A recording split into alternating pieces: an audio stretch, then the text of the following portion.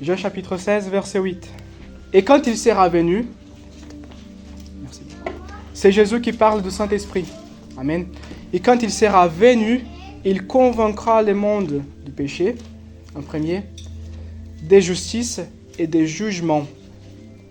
Parce que je vais vers le Père et que vous ne me verrez plus. Donc lorsque le Saint-Esprit viendra, il va convaincre le monde du péché, de la justice et du jugement. Je prends rapidement à côté Actes chapitre 1 verset 8. Mais vous recevrez une puissance, celle du Saint-Esprit survenant sur vous, et vous serez mes témoins à Jérusalem, dans toute la Judée, dans la Samarie et jusqu'aux extrémités de la terre. Le premier texte, Jean 16, Jésus fait la promesse du Saint-Esprit. Il dit, lorsque l'Esprit viendra, il va convaincre. En Actes chapitre 1, verset 8, la parole de Dieu nous dit que lorsque nous recevons l'Esprit de Dieu, nous devenons des témoins.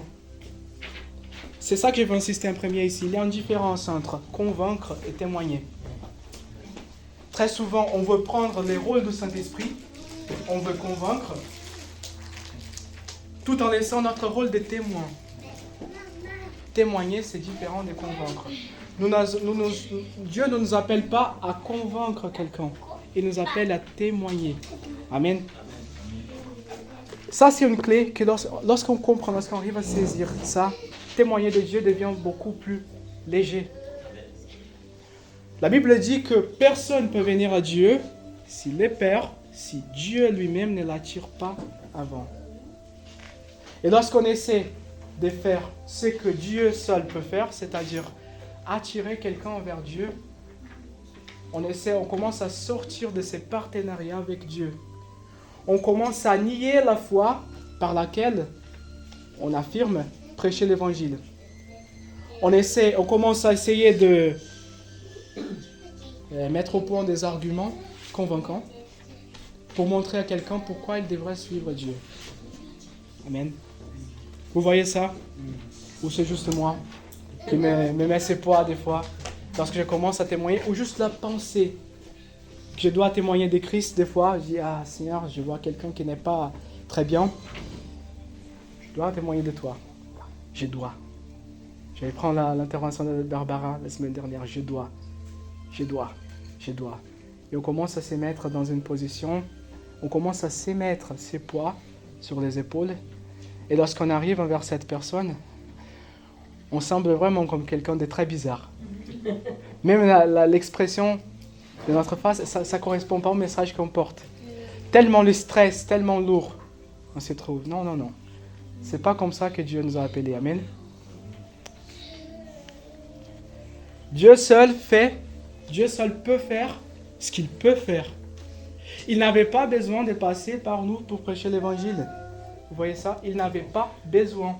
Il pouvait choisir n'importe quel moyen pour communiquer son salut à l'humanité. Mais il a choisi de passer par nous. Il est au courant, il sait nos faiblesses, il les connaît mieux que nous en fait. Même si elle ne connaît pas conscient, il le connaît. Et pourtant, il a choisi de passer par nous. Pourquoi? Je vais vous écouter vraiment si vous avez des idées. Pourquoi Dieu, dans sa souveraineté, dans sa perfection, il a choisi de passer par des êtres comme nous, remplis de fautes, pour prêcher son message de salut à l'humanité? Parce qu'il nous aime. Très bien. Les autres idées? Manifester son amour en Jésus. Manifester son amour en Jésus. Son amour en Jésus. D'accord. Nous avons, elle nous aime, l'amour de Jésus. Qu'en d'autre? Si le message, oui. Pour transmettre la richesse. L'héritage. Amen. Très bien. Donc nous avons l'amour de Jésus et héritage. Très bien. Si le message de salut est tellement important et si important pour l'humanité, pourquoi Dieu a choisi un moyen imparfait pour le prêcher? Regardez, lorsque Dieu nous appelle à prêcher l'évangile à quelqu'un d'autre, la personne qui écoute, si son cœur est ouvert, elle reçoit les messages. Ces messages, le Saint-Esprit va utiliser ces messages pour convaincre la personne, comme il est écrit. Cette personne va donner sa vie à Christ. Maintenant, elle est prête à recevoir le Saint-Esprit, l'Esprit d'adoption, et devenir un membre de la famille de Dieu. Amen. De notre côté, lorsque nous nous exposons, lorsque nous prêchons l'Évangile, lorsque nous nous mettons à disposition de Dieu pour être utilisés par lui, pour être un canal de son Esprit, nous aussi, nous sommes en train d'être transformés, vous voyez. Nous nous connectons à l'Esprit, nous nous connectons à la chaise. Nous nous connectons à l'Esprit de Dieu et nous nous mettons à disposition pour recevoir l'amour qu'il a dans son cœur pour cette personne. Lorsque nous nous ouvrons à recevoir l'amour qui vient de lui et on se laisse remplir de cet amour, nous ne prêchons pas l'évangile par obligation, vous voyez. Nous nous laissons remplir de cet amour et alors nous sommes transformés aussi. Ce qu'on appelle dans le milieu chrétien le chemin de sanctification, vous voyez. Donc Dieu est tellement malin, si je peux dire comme ça, qu'il remplit 2 tâches d'un seul coup. Il élargit sa famille lorsque quelqu'un s'est converti. Il nous fait plus semblables à Christ. Lorsque nous prêchons l'évangile, on s'est rempli.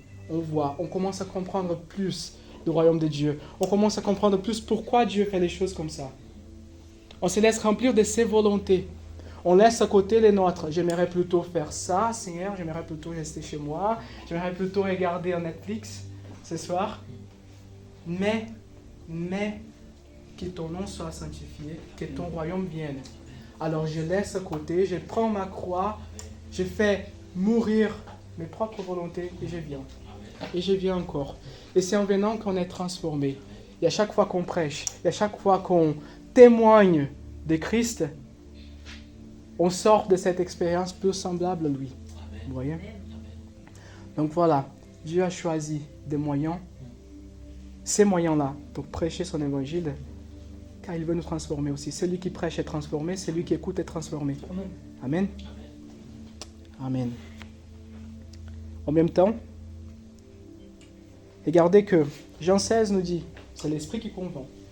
Mais Acte 11 dit, il faut témoigner. C'est comme si la parole de Dieu est en train de nous dire, il y a un partenariat, Dieu s'attend de nous, qu'on soit disponible, qu'on soit là pour avoir un partenariat avec lui. Vous voyez, on travaille en équipe. Lorsqu'on travaille en équipe, il faut que j'arrive à faire confiance à la portion de l'autre.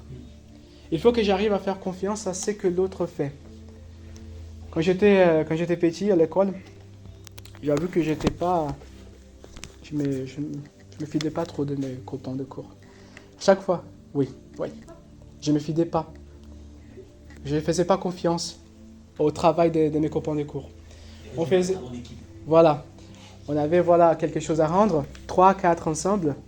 Moi, je me mettais toujours à disposition pour être celui qui rassemble la partie des autres, car en fait, j'ai regardé ce qu'ils avaient fait. Et des fois, j'ai touché. Je suis pas fier de ça. Je suis pas fier de ça, mais j'ai rassemblé leur partie, j'ai regardé un peu ce qu'ils avaient fait, je faisais des retouches selon ma perception, selon mes définitions des biens et mauvais. J'étais en train de manger de l'arbre des biens et mauvais de Rodrigo. Bon, bref, lorsqu'on travaille avec Dieu, on doit faire confiance qu'il va faire sa part et nous, on va s'occuper de la nôtre. Amen. On ne va pas essayer de faire ce qu'il lui seul il peut faire. Prêcher l'évangile, c'est un acte de foi. La Bible dit que Abraham et Sarah, Hébreux 11, chapitre 11, verset 6, Abraham et Sarah ont considéré fidèle celui qui a fait la promesse. C'est pourquoi ils ont reçu la récompense. Ils ont touché à la récompense. Nous aussi, lorsqu'on travaille avec Dieu, on considère fidèle celui qui a promis. S'il a promis qu'il va convaincre, alors il va convaincre. C'est pourquoi lorsque je viens prêcher, j'ai ôte ce poids de convaincre quelqu'un. Je suis là pour témoigner et par la foi, je crois qu'en témoignant, Dieu va faire son œuvre. Ah, mais si la personne ne se convertit pas. Ah, mais cette personne ne reçoit pas les messages. C'est pas grave. La même parole qui promet qu'il va convaincre dit aussi que pour quelques-uns, on aura une odeur de vie, un parfum. Et pour des autres, on aura une odeur de mort. Donc, c'est pas grave. Si quelqu'un rejette, ça veut dire juste qu'on n'a pas été la dernière brique dans ces murs que Dieu est en train de bâtir. Peut-être qu'on est la première. J'ai témoigné à quelqu'un, à un collègue de travail. Là, il faut faire attention car on n'a pas le droit, mais bon, je ferme la porte du bureau. J'ai témoigné à un collègue de travail. C'était la première fois qu'il écoutait parler de Jésus dans sa vie. Il a 27 ans. Il a 27 ans. C'est la première fois. Donc il dit, ah oui, bah ces trucs-là, des croix, gospel, n'est-ce pas? Plus ou moins. On va commencer des bases. On a prié. Et, bon, on a discuté, j'ai prêché l'évangile, ça a fini, il a accepté une prière. Il a eu une première expérience. Est-ce qu'il s'est converti? Je veux dire pas encore. Amen. Mais ça a posé une sémence. Quelques-uns sèment, des autres arrosent. Mais c'est Dieu qui donne la croissance. Amen. Très souvent, on peut se mettre aussi cette pression, car on ne sait pas quoi dire, n'est-ce pas? Parce qu'on s'approche de quelqu'un. Déjà, prenez avec moi Marc 16, chapitre 16, verset 15.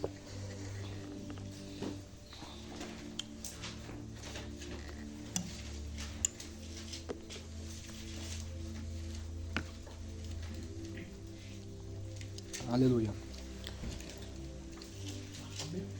Marc 16, 15. Du verset 15 au verset 17. Puis il leur dit, allez dans le monde entier et prêchez la bonne nouvelle à toute la création. Celui qui croira et qui sera baptisé sera sauvé, mais celui qui ne croira pas sera condamné. Voici les signes qui accompagneront ceux qui auront cru. En mon nom, ils chasseront des démons, ils parleront de nouvelles langues, etc., etc., etc. Il continue à parler des signes de l'esprit. Quoi dire? Très souvent, on veut avoir une direction de Dieu. On veut voir, Seigneur, qu'est-ce que je veux dire à cette personne? Seigneur, je vois que Christopher n'est pas très bien aujourd'hui. Je veux prêcher l'évangile. Qu'est-ce que je veux dire à lui? Qu'est-ce que je peux lui dire? Et alors, on n'écoute rien de la part de Dieu et on reste là, on ne fait rien. Voilà. Très souvent, on veut avoir une direction de Dieu avant de commencer à prêcher. Mais Abraham, il a dit non. Lève ton pied et commence à marcher, je vais te montrer la terre, la destination. Donc très souvent, ça peut venir avant, on a une direction avant. Très souvent, ça peut venir pendant la discussion. Et très souvent, il n'y aura rien. Dieu ne va rien dire. Ce que je veux dire, c'est que lorsqu'on veut savoir quoi dire, quand on prêche l'évangile à quelqu'un, il peut avoir une dimension surnaturelle, une direction de Dieu, mais peut-être pas. Et lorsqu'il n'y a pas, nous avons déjà la base des Écritures. Les Écritures laissent clair déjà ce que nous sommes appelés à annoncer, à prêcher. Amen. Donc lorsqu'il y a une dimension surnaturelle, ça peut venir avant, comme je l'ai dit, ça peut venir pendant la discussion avec la personne, ça peut venir après. Dieu peut vous donner une parole de connaissance. Parole de connaissance, ça veut dire vous connaissez dans les moments présents ce qui est en train de se passer dans la vie de cette personne.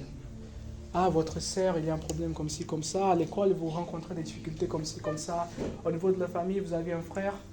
Il a eu un accident de voiture il y a 2 ans. Ça peut aussi être des trucs positifs. Ça peut être des trucs positifs. Oui, oui, c'est vrai. Ça peut être des trucs positifs. Enfin bref, la parole de connaissance, ça veut dire que vous connaissez quelque chose qui est en train de se passer au moment présent dans la vie de cette personne. Ça peut être aussi une parole de sagesse. Vous venez et vous prophétisez, vous annoncez quelque chose pour le futur de cette personne. Amen. Donc voilà, présent, futur. Une parole de connaissance, par exemple, ça fait 4-5 jours que vous ne dormez pas très bien, n'est-ce pas? Si Dieu donne la parole, il est aussi en train de donner les moyens. Vous voyez, voici les signes qui accompagneront ceux qui auront cru. Donc s'il vous a révélé ça, c'est qu'il met aussi à votre disposition les moyens pour faire quelque chose pour cette personne. Les mêmes dons de la parole de connaissance, dans ces cas, va venir accompagner du don de guérison. Le Saint-Esprit est en train de dire, vase, je vais passer par vous pour toucher cette personne. Mais c'est lui qui va être vu, c'est lui qui doit recevoir la gloire, c'est l'huile, et non pas vous, vase. C'est pour ça que c'est un pas de foi aussi. Et c'est un pas de renonce. Très souvent, on ne fait pas confiance à ce que Dieu peut faire à travers nous, car on veut la gloire, tout simplement. On veut la gloire derrière. On veut être la raison pour laquelle cette personne arrive à dormir maintenant. On veut être la raison derrière son choix de venir à Dieu. On veut être la personne qui l'a motivé. On veut pouvoir ajouter ça à notre CV. Une conversion de plus, Dieu. Ouais, très bien. Ça fait 35 maintenant. Ouais, j'avance. Ça ne marche pas comme ça. Lorsqu'on travaille avec Dieu, on doit tout d'abord énoncer la gloire. Lorsqu'on arrive à renoncer la gloire, on est prêt pour être utilisé. Car si la personne accepte le message, Amen, c'est converti, la famille de Dieu s'élargit. Si la personne le rejette, Amen, c'est pas contre moi. Elle n'a pas rejeté moi. Vous voyez, c'est plus facile de renoncer, c'est plus facile de venir. Maintenant, il faut juste le courage de s'exposer. Amen. Donc si Dieu donne la parole, si Dieu donne la révélation, c'est qu'il met aussi à la disposition les moyens de faire quelque chose. Donc si Dieu vous a révélé que quelqu'un a des maux de tête depuis 3 mois, tous les jours, c'est qu'il est en train de mettre à votre disposition les moyens, par l'esprit, les dons, pour que ça s'arrête maintenant. Pour quelle raison il ferait ça? Pour que la personne arrive à bien dormir? Aussi. Mais regardez, Marc 16, 17 dit, « Voici les signes qui accompagneront ceux qui auront cru. » Le verset 17, c'est la suite du verset 15 et verset 16. Regardez ce qu'il dit le verset 15. « Allez dans le monde entier et prêchez la bonne nouvelle. Voici les signes qui accompagneront ceux qui auront cru. » Les signes, c'est pour confirmer les messages que vous annoncez. C'est très bien que cette personne arrive à dormir maintenant. Amen. Amen. C'est très bien. Mais ce n'est pas les principales. Cette personne, soit la personne qui a été guérie d'un mal de tête, soit la personne qui a été guérie d'un cancer, elle va quand même expérimenter la mort si Jésus ne revient pas avant. Nous allons tous expérimenter ça. Le principal, c'est de ne pas expérimenter la seconde ou la deuxième, désolé. La seconde mort, c'est-à-dire la mort éternelle. C'est pour ça que les signes sont là. C'est pour ça que la guérison est là. La raison principale, c'est pour confirmer que le message que vous annoncez est vrai. C'est la confirmation. C'est un saut. C'est comme si Dieu, vous venez et vous dites, Dieu vous aime, il y a une vie nouvelle, il y a une nouvelle réalité, il y a quelque chose de nouveau pour vous. Vous avez été créé pour être l'image de Dieu. Les péchés ne vous correspondent pas. Une vie loin de Dieu ne vous correspond pas. Ah, comment je peux savoir que vous dites la vérité, monsieur? Les mal de tête que vous avez là depuis 3 semaines. Vous voyez, le surnaturel, il est là pour confirmer les messages, non pas l'inverse. C'est dans cet ordre. Jésus, lorsqu'il a prêché en Samarie, suite à la conversion de toute la ville par le témoignage de la femme samaritaine, il finit son intervention dans cette ville avec la phrase suivante. Si vous ne voyez pas des signes et des miracles, vous ne croirez pas. Ça, c'est une situation, malheureusement, misérable que nous nous trouvons encore. Nous avons encore besoin de voir quelque chose dans l'invisible pour croire. Ce n'est pas toujours nécessaire, mais très souvent, oui. C'était mon cas dans ma conversion. C'était le cas de ma femme. On avait besoin d'une intervention surnaturelle de Dieu pour casser cette incrédulité, pour casser cette familiarité, pour casser la religiosité que nous portons tous les deux. Amen. Et lorsque Dieu ne donne pas une parole, lorsqu'il n'y a pas de parole de connaissance, parole de sagesse, il n'y a pas de direction, nous savons quand même ce qu'on doit prêcher, nous savons quand même ce qu'on doit annoncer. Nous devons annoncer l'évangile complet. Très souvent, on peut trouver des églises, on peut trouver des ministres qui vont insister sur la première moitié de l'évangile. Et très souvent, on peut trouver ceux qui vont insister plutôt sur la deuxième partie. La première partie, c'est la nécessité de se repentir. Nous avons tous besoin de passer par un chemin de repentance avant d'arriver au salut. Très souvent, on va prêcher l'amour, sans savoir pourquoi même on a besoin d'un sauveur. On devient conscient de la nécessité d'un sauveur lorsqu'on passe par le chemin de repentance. Jean-Baptiste a ouvert le chemin pour Jésus. Le message de repentance a ouvert le chemin pour le message de salut. Amen. Jésus n'est pas venu avant Jean-Baptiste. Jésus est venu après Jean-Baptiste, une fois qu'il a ouvert le chemin. Nous aussi. Le message de repentance, nous allons annoncer à celui qui écoute pourquoi nous avons besoin d'un sauveur.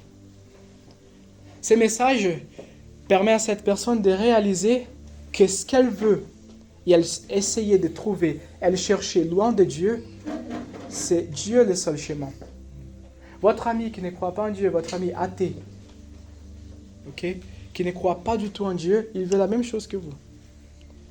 Il veut un pays sans violence, il veut un pays en sécurité, il veut un pays prospère, il veut que sa famille puisse être en sécurité n'importe où. Il veut ça, il désire la même chose que vous. Mais il croit que le moyen pour le faire, c'est la connaissance dure. Il croit que le moyen pour le faire, c'est en choisissant des bons représentants, c'est par la voie de la politique. C'est en renforçant les moyens de sécurité du pays. C'est en payant plus les gendarmes. C'est par des autres voies. Nous, ce qu'on croit, le problème, c'est pas s'il y a assez de gendarmes dans la rue pour garder ma maison lorsque je ne suis pas là. On ne croit pas ça. On croit que le problème, c'est dans le cœur de l'homme. Ce n'est pas le fait d'avoir des voleurs. C'est le fait d'avoir des personnes qui veulent voler. C'est pour ça que Jésus a appelé les docteurs des docteurs. Il va aller à la source. Il est le seul qui peut toucher la source, le cœur. C'est ça qu'on dit, c'est ça qu'on annonce. Lorsqu'on annonce la repentance, on dit « Tout homme doit se repentir, car nous sommes tous blâmés. Nous sommes tous responsables. » Le même péché qui est dans la même nature qui est dans le cœur du voleur est aussi dans votre cœur, vous voyez. Peut-être vous n'avez pas le désir de rentrer dans la maison de quelqu'un. Mais lorsqu'on voit un examen trop dur devant nous, on veut un peu garder notre portable et les notes qu'on avait mis à côté. C'est ces désirs-là, ça vient de la nature pécheresse. Et nous on dit, il y a un moyen pour résoudre ça, pour toucher ça à la source.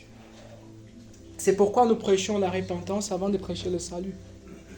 Et une fois que la personne a compris ça, elle est prête à voir ce qui était dans son cœur, qu'elle ne voulait pas avouer, elle ne voulait pas voir. Elle voulait croire qu'elle était supérieure au voleur. Elle voulait croire à ça. Mais maintenant, elle commence à comprendre. Tu dis, oh là là, qu'est-ce que je dois faire maintenant? Comment je peux compenser ces actes? Comment je peux compenser ce que j'ai déjà fait et ce que je suis en train de penser maintenant? De manière figurative, elle est en train de se présenter devant la croix. Elle est prête maintenant pour payer pour les prix de ses péchés. Mais lorsqu'elle regarde la croix, elle voit que la croix est vide, mais elle est tachée de rouge. Et c'est là qu'on arrive avec le message de salut. Il dit non, il y a quelqu'un qui a passé avant vous, il y a quelqu'un qui vous a ouvert le chemin. C'est pourquoi les messages de Dieu, on parle beaucoup, trop même de grâce. Car pour nous, c'est difficile à croire qu'on peut recevoir tout ça sans rien faire. Lorsqu'on comprend la nature pécheresse, on veut compenser. On veut faire quelque chose en retour. Il faut faire quelque chose en retour, c'est pas possible. Toute ma vie, j'ai été enseigné que je dois payer, je dois offrir quelque chose en retour. À l'école, nous sommes enseignés ça. On a des examens qui vont nous évaluer, tout ça. Donc on doit montrer qu'on a compris. On doit prouver qu'on a saisi. Et alors on veut payer en retour. Mais avec Dieu, c'est pas comme ça. Avec Dieu, on doit recevoir. Amen. Amen. C'est un chemin de grâce car on doit recevoir. Nos actes viennent après.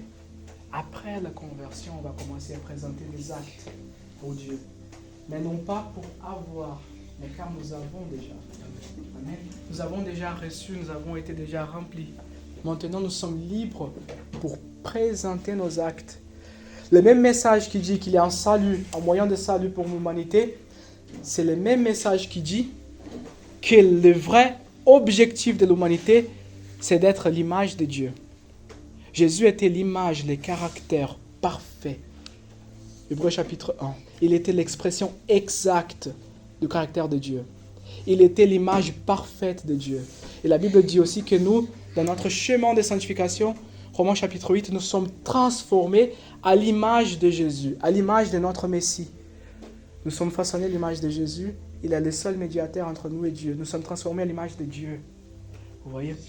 Donc lorsque je commence mon chemin de sanctification, on va dire après conversion, on commence à marcher dans le chemin de sanctification, nous sommes tout simplement en train d'être moldés, façonnés à l'image de Dieu.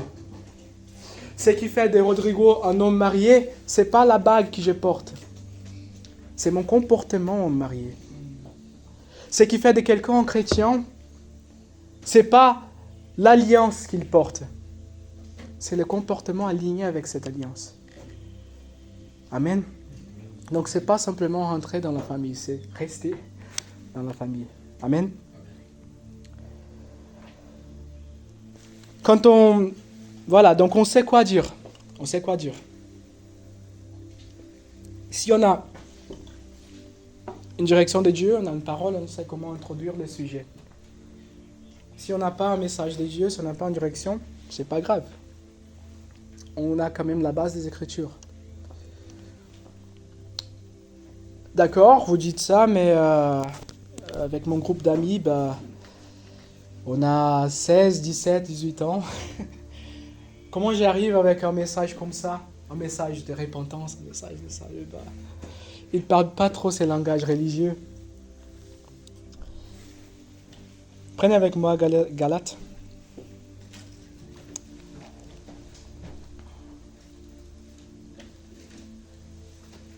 On va passer plutôt par 1 Corinthiens d'abord. 1 Corinthiens chapitre 9.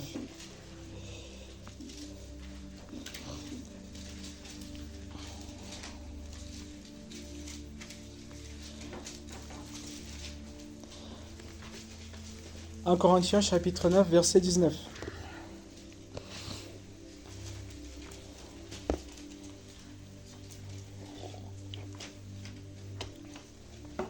C'est Paul qui parle. « Car bien que je sois libre à l'égard de tous, je me suis rendu le serviteur de tous, afin de gagner le plus grand nombre. Avec les Juifs, j'étais comme Juif, afin de gagner les Juifs. Avec ceux qui sont sous la loi, comme sous la loi. Et pourtant, je ne suis pas moi-même sous la loi de Moïse, afin de gagner ceux qui sont sous la loi. Avec ceux qui sont sans loi, comme sans loi. Et pourtant, je ne suis pas moi-même sans la loi de Dieu, mais sous la loi de Christ, afin de gagner ceux qui sont sans loi. J'étais faible avec les faibles, afin de gagner les faibles. Je me suis fait tout à tous, afin d'en sauver de toute manière quelques-uns. » Prenez avec moi aussi Colossiens chapitre 4. Petit spoiler pour notre prochaine étude biblique. Colossiens 4, verset 5. « Conduisez-vous avec sagesse envers ceux de dehors, rachetez les temps, que votre parole soit toujours accompagnée de grâce assaisonnée de sel, afin que vous sachiez comment vous devez répondre à chacun. » En gros, ce que Paul est en train de nous dire ici, c'est qu'il y a une bonne façon de répondre à chacun. Il a dit qu'avec les Juifs, j'étais comme un Juif. Avec ceux sous la loi, j'étais comme sous la loi. Avec ceux sans loi, j'étais comme un sans loi, afin de gagner quelques-uns. Regardez qu'il dit déjà, il ne dit pas afin de gagner tous, afin de gagner quelques-uns. Il y aura quelques-uns qui vont dire non, c'est naturel, c'est tout à fait normal. On ne sait pas si c'est le début de l'œuvre de Dieu dans la vie de cette personne. On ne sait pas si c'est un rejet définitif, ça pourrait l'être. On ne sait pas si la réponse sera oui non plus. On ne sait pas. Nous sommes appelés à témoigner. Témoigner veut dire raconter ce que vous avez vu, ce que vous avez vécu, ce que vous avez expérimenté. La personne peut toujours dire qu'elle ne croit pas à votre Dieu. Mais elle n'a pas le droit de dire que ce que vous racontez de votre expérience personnelle, c'est pas vrai. Vous voyez? Elle peut dire votre Dieu n'est pas vrai. Mais elle n'a pas le droit de dire votre expérience n'est pas vraie. C'est pour ça que nous témoignons, nous racontons ce que nous avons vécu, nous racontons ce que nous avons vu, nous racontons ce que nous avons expérimenté. Et c'est par cette voie-là, c'est ce que Dieu nous demande pour faire son œuvre. On remplit les 50%, je dirais même 25%. On laisse 75% pour lui. Il va faire son œuvre avec. Il va utiliser ce qu'on met à disposition pour convaincre. En gros, dans les deux discours de Paul ici, soit sur Colossiens, soit sur 1 Corinthiens, nous voyons que il y a un contenu pour les messages, c'est le contenu du message, mais il y a aussi une forme. Vous voyez, avec les Juifs, je faisais comme un Juif. Avec un sans-loi, je faisais comme un sans-loi. Encore en Colossiens, afin que vous sachiez comment vous devez répondre à chacun. Ça veut dire qu'il n'y a pas un moyen de répondre, un moyen universel, une réponse universelle pour prêcher l'évangile. Et là, le contexte, c'est clair. Conduisez-vous avec sagesse envers ceux du dehors. On est en train de parler, de communiquer ce qu'on croit, ce qu'on porte à ceux de dehors. Il n'y a pas une façon universelle. Paul est en train de dire, soyez flexibles, soyez sensibles à la direction de l'esprit, soyez sages. Comment je vais communiquer avec mon groupe d'amis à âge autour de 16-18 ans, ça ne va pas être la même manière. Ah tiens, j'ai trouvé ces rappeurs. Tu connais? Et tu mets à jouer les trucs. La personne écoute ça et dit, ah mec, mais il chante quoi? Même si le rythme est bien, bah, j'aime bien. Mais il chante quoi là? Bah oui, ça c'est une chanson à propos de Dieu, mec. Ah bah oui. Ah oui, ouais. Mais attends, il a plus de chansons là? Bah oui, voilà. On n'a pas une forme universelle. On ne touche pas au contenu. Paul a dit aussi, mais si nous-mêmes aussi un ange du ciel, Galates chapitre 1 verset 6, si nous-mêmes ou un ange du ciel vous annoncez un évangile différent de celui que nous vous avons annoncé, qu'il soit anathème. Et nous avons vu dans notre étude biblique, lorsque la parole répète quelque chose en continu, ce qu'elle est en train de renforcer. Ici, pas même besoin de chercher, il dit.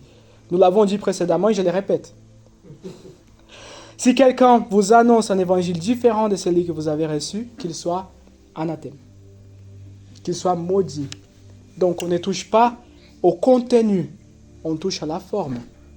La façon comment je vais prêcher à ma famille qui a vécu 40 ans de catholicisme, c'est pas la même manière que je vais prêcher à quelqu'un qui n'a jamais écouté parler de Dieu. Si j'évoque des termes comme grâce, croix, pardon pour la famille du côté catholique, bah, ils vont comprendre. Ils connaissent ces termes. Au moins à la surface. Peut-être qu'il y a un peu de familiarité, mais on va venir après nettoyer ça. Mais on ne va pas prêcher de la même manière. Comme mon collègue au travail qui n'avait jamais écouté parler de Dieu, il ne connaissait pas ce que veut dire grâce.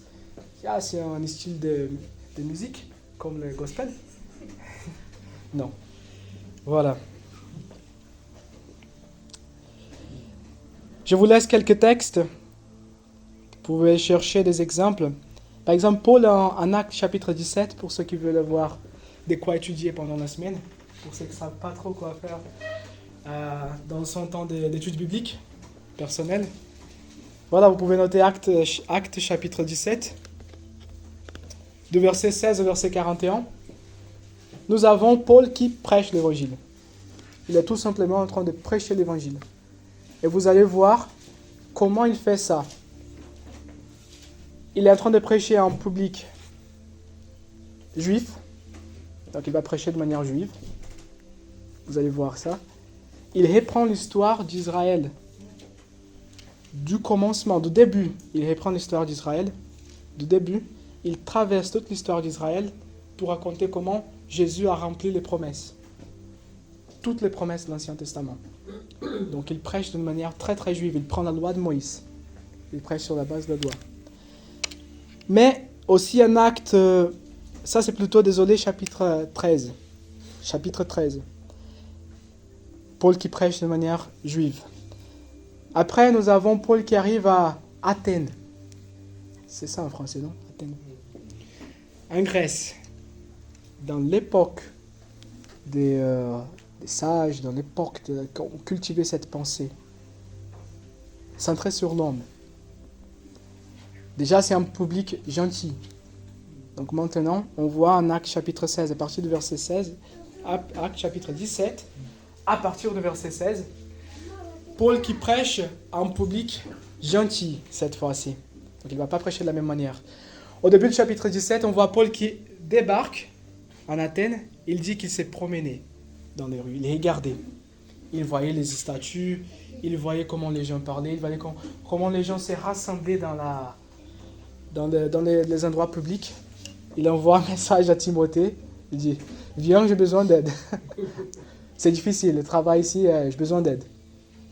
Il envoie un message à Timothée et après il commence à prêcher. Il commence à se retrouver avec ces groupes de personnes dans les lieux publics, etc. La Bible ne nous raconte pas ce qu'il racontait jusqu'à sa prédication principale. Là, il a commencé à faire tellement de bruit autour que les autorités l'appellent pour exposer cette pensée dans le Aréopagus. Aéropage, elle est l'original. Aéropage. C'était un endroit où les penseurs... Si vous avez une nouvelle philosophie à cette époque, si vous ramenez une pensée d'un pays, d'une nation lointaine, vous étiez toujours les bienvenus pour l'exposer à Athènes. Ils étaient toujours ouverts. Donc c'est ça. Il y a cet homme-là qui commence à parler d'un sauveur. Apparemment, c'est une histoire d'origine juive. On veut comprendre ce qu'il est en train de dire. Bon, il a prêché. Sa prêche est finie avec des moqueries. Lorsqu'il a touché le sujet résurrection, il n'acceptait pas trop ces mots. Il n'était pas bienvenu. Donc là, c'est quand les autorités commencent à se moquer de lui. Parler d'un Dieu qui a descendu, qui a pris la forme d'un homme, c'était pas acceptable pour eux. Et d'ailleurs, qui s'est fait tuer à la place de sa création, non, c'est toujours l'inverse. C'est la création qui s'est fait tuer pour ces dieux-là. On présente même des sacrifices humains. Donc, dans le sens inverse, ce n'était pas les bienvenus. Ce message ne pouvait pas être vrai. Ils ont rejeté, sauf 3-4 qui sont venus voir Paul à la fin de la prédication. Ceux-là se sont convertis.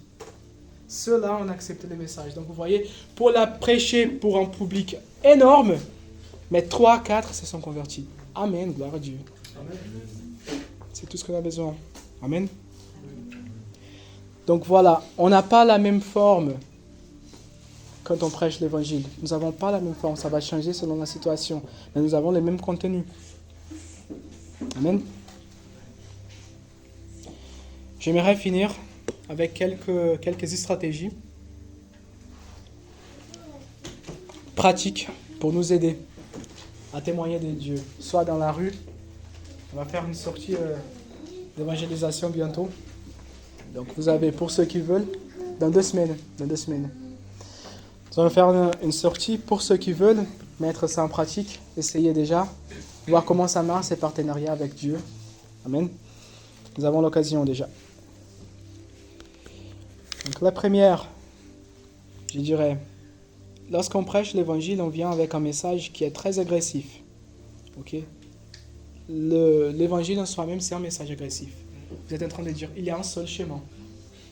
Ah non, mais il y a plusieurs chemins vers Dieu. Oui, vers Dieu, mais non pas vers le Père. Vous allez rencontrer des juges ou les pères. Donc il y a plusieurs chemins. Non, il y a un seul chemin vers Dieu, le Père. Il y a un seul chemin, un seul moyen de salut pour l'humanité. C'est un message agressif, vous voyez. Ah, mais moi je cherche, tu vois, j'ai fait un peu de New Age, etc. On a des expériences. Oui, je crois que vous avez des expériences. Mais il y a un seul moyen d'avoir des expériences spirituelles de manière légitime, légale, d'accéder au royaume spirituel de manière légale. C'est à travers Dieu. Donc c'est un message agressif. Mais c'est un message d'amour en même temps. Nous ne sommes pas appelés à être arrogants car nous connaissons la vérité, mais plutôt le contraire. Car nous connaissons la vérité, nous sommes appelés à avancer, à se rapprocher avec de la compassion. Ça veut dire quoi? Ça veut dire que vous posez des questions et vous écoutez vraiment les réponses. Écoutez les réponses. Essayez de comprendre l'histoire de cette personne. Essayez de se mettre à la place de sa souffrance. Essayez d'expérimenter pour un petit moment ce qu'elle est en train de traverser. Jésus savait que Lazare, c'est ça en français, non? Que Lazare allait ressusciter. Jésus savait. Et pourtant, il a pleuré. Il s'est laissé expérimenter la douleur. Il s'est laissé remplir de cette douleur pour un petit moment. Même s'il savait la réponse. Nous aussi, ce n'est pas car nous connaissons la vérité, ce n'est pas car on connaît les messages de salut pour l'humanité qu'on va être arrogant. Qu'on va poser les questions, juste attendre que cette personne s'arrête de parler pour qu'on puisse commencer. Ou même la couper de temps en temps. Non, mais c'est pas comme ça. Non. C'est pas vraiment ça. Non, mais c'est très bien. Il y a un texte. Je pense que je l'avais ici. Désolé. Je veux qu'on puisse voir ce texte ensemble. Jacques, chapitre 1, verset 19.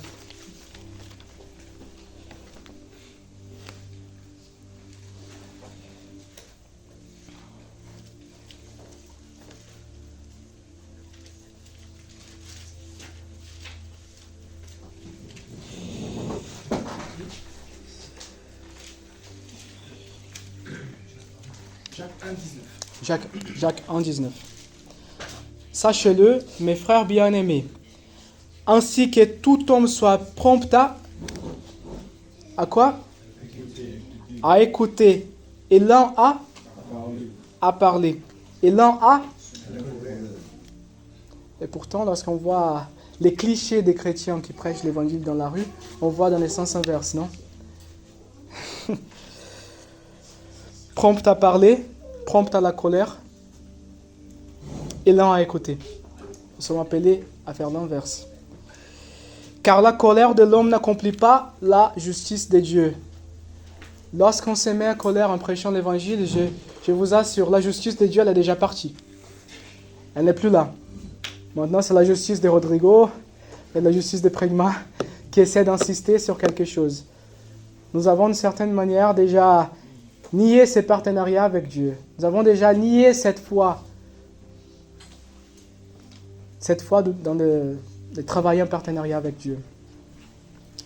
Donc voilà, nous sommes appelés à être lents à écouter. Amen. Prompt à écouter plutôt, et lents à parler, et lents à la colère. Mais essayez vraiment de se mettre à la place de cette personne, écouter ce qu'elle a vécu, pourquoi elle n'arrive pas à comprendre ce que vous êtes en train de parler. Et après, on va prêcher lentement. Avec la sagesse de l'Esprit, il nous a pleinement équipés pour le faire. On va le faire aussi. Celui-là, je l'ai déjà évoqué, c'est de raconter votre témoignage. La personne peut toujours dire, je ne crois pas à votre Dieu, mais elle ne peut pas dire, je ne crois pas à votre témoignage. Peut-être que ça ne va pas le toucher, c'est pas grave. Mais lorsque vous racontez votre témoignage, vous êtes en train de dire ce que vous avez vécu, vu et expérimenté. Vous êtes en train d'accomplir Actes chapitre 1, verset 8 qu'on a lu au début. Et vous serez mes témoins. Et vous serez mes témoins. Donc voilà, lorsqu'on raconte notre témoignage, et croyez-moi, non, mon témoignage, il n'y a rien de surnaturel, il n'y a rien de spécial. Oui, il y a tout ce que Dieu a besoin pour faire son œuvre. Okay? J'ai écouté un témoignage d'un garçon, un jeune pasteur en fait, qui disait, fils de pasteur, donc il n'a jamais expérimenté des drogues, alcool, rien de ça, rien. Il a grandi dans l'église, toujours en voyant la fidélité de son père, les services de son père envers Dieu. Ça l'inspirait. Depuis jeune âge, il voulait être pasteur, il voulait être ministre de la parole aussi. Et ça, c'était son témoignage. Il disait, j'avais honte de mon témoignage, car il n'y avait rien de spécial pour moi. Jusqu'au jour où Dieu m'a dit, quand il y avait un évangéliste invité, donc lui, il avait un témoignage, j'ai redescendu à l'enfer 7 fois, revenu. C'est ce genre de témoignage. Le témoignage qu'on aime, quoi. Ouais, c'est ça. C'est le témoignage qui arrive à 1 million de visualisations sur YouTube, quoi. Il prêchait là, et pendant qu'il écoutait le Saint-Esprit, commence à lui poser des questions. Bah, c'est incroyable, non, ce que j'ai fait dans sa vie. Il dit, oui, Seigneur, c'est incroyable. Ah, et son témoignage est puissant, non? Oui, Seigneur, c'est très puissant. Donc ça veut dire que c'est moins spécial ce que j'ai fait pour la tienne? Ça veut dire que tu étais moins pécheur que lui? Non. Raconte ton témoignage. N'aie pas honte de ton témoignage. Il y a des gens qui ont besoin d'écouter exactement ce que tu as à dire. Je ne me suis jamais détourné des chemins de Dieu. Et j'ai trouvé ma plénitude. Je n'ai pas besoin de toucher à des choses qu'on sait déjà qui tuent et qui fait les gens descendre à la sépulture pour dire que ce n'est pas bien. Je sais déjà, il y a déjà des gens qui sont passés par là. Bah, je crois à ce qu'ils ont à dire. Il y a des gens qui sont morts à cause de ça. Bah, je crois ce que leur mort a à dire, le témoignage de leur mort. Donc, pas besoin de passer par là. Il a commencé à raconter son témoignage. Il a dit que à chaque fois qu'il racontait, il voyait qu'il y avait une onction de Dieu qui remplissait la salle. Il y avait une onction. Car c'est par la foi. On fait quelque chose dans l'invisible, dans les royaumes, dans la dimension visible. Mais Dieu fait beaucoup au-delà dans la dimension invisible. Amen. C'est pour ça, donc, lorsqu'on avance, lorsqu'on marche, lorsqu'on travaille avec Dieu, on ne reste pas bloqué à la dimension du visible. On sait qu'il y a beaucoup plus au-delà. Amen. Que Dieu nous bénisse. Que Dieu puisse nous équiper, enlever toute honte, de prêcher, de témoigner de son évangile, pour qu'on puisse être pleinement équipés, victorieux et des standards de sa justice. Amen. J'aimerais qu'on puisse prier ensemble. Si vous pouvez vous lever. Je peux monter un tout petit peu. Tu peux monter un tout petit peu. Comme tu veux.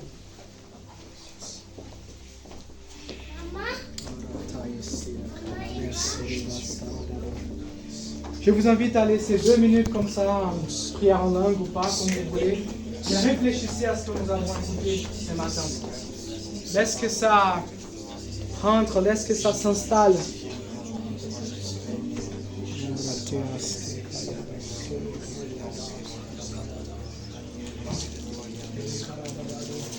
Essayez de vous rappeler.